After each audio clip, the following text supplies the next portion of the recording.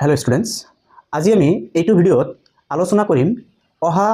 20 ফেব্ৰুৱাৰীত হোৱা গণিতৰ যেটো পৰীক্ষা আছে এই গণিতৰ পৰীক্ষাত তোমালোকে যেতিয়া এমসিকিউ নোৱাৰিবা বা নাজানিবা সেই এমসিকিউটোৰ শুদ্ধ উত্তৰটো কেনেকৈ বাছনি কৰিবা তাৰ কিছুমান টিপস এণ্ড ট্ৰিক্স আমি আলোচনা কৰিম ঠিক আছে স্টুডেন্ট এক নম্বৰত তুমি সেই চাৰিটা অপচনৰ ভিতৰত যেটো একেবাৰে ভুল তুমি গম পাইছা স্পষ্টভাৱে গম পাইছা যে এটো ভুলেই হ'ব তেহেতু তুমি কি प्रथमे कैंसिल कर दिबा ठीक है तुम शुद्ध उत्तर नाजाना कि भूल जी है एक भूल हेतु गम पा तो हेतु कि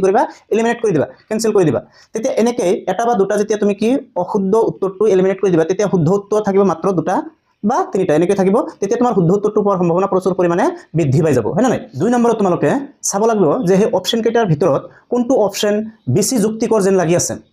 যেটো উত্তৰ তোমাৰ এনেকুৱা লাগি আছে যে এইটো উত্তৰে বেছি যেন যুক্তিকৰ লাগি আছে তেন্তে তুমি সেই উত্তৰটোকে সিলেক্ট কৰিবা আৰু হেতু উত্তৰে হোৱাৰ সম্ভাৱনা প্ৰচুৰ পৰিমাণে আছে তৃতীয় নম্বৰটো তোমালোকে কি কৰিব লাগে অপচনত একক থাকে সেই একক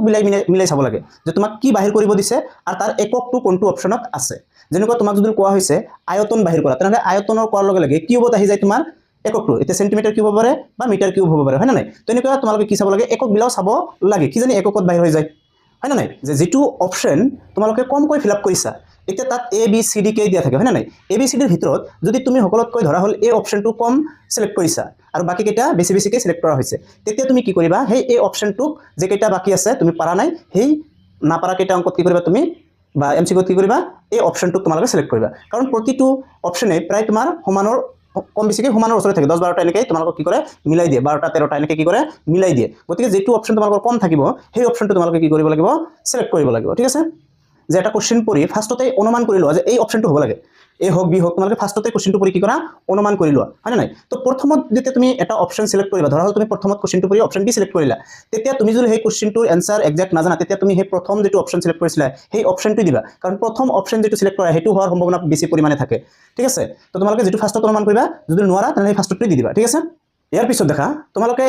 এই যেটো পদক্ষেপ কৈছে এটা একেবাৰে লাষ্টৰ পদক্ষেপ যে এনেকুৱা যদি তোমালোকৰ কিছুমানৰ কাৰণে কৈছে যে এনেকুৱা যদি কিছুমানৰ হয় যে আমি 45টা এমসিকিউৰ ভিতৰত এটাও যদি নাজানা তেতিয়া কি কৰিবা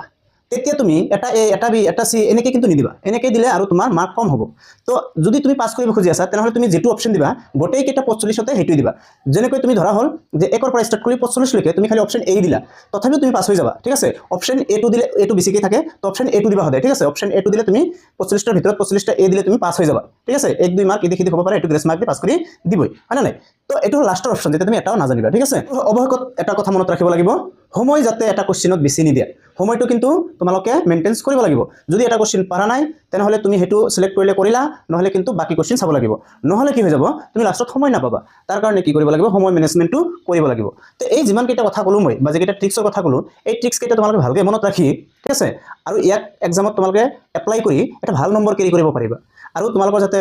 অহা যেটো 20 তাৰিখত তোমালোকৰ গণিত পৰীক্ষা আছে গণিত পৰীক্ষা যাতে তোমালোকৰ ভাল হয় এয়া কামনা কৰি আমাৰ ভিডিওটো আজি সমাপ্ত কৰিলো থ্যাংক ইউ ফৰ ওয়াচিং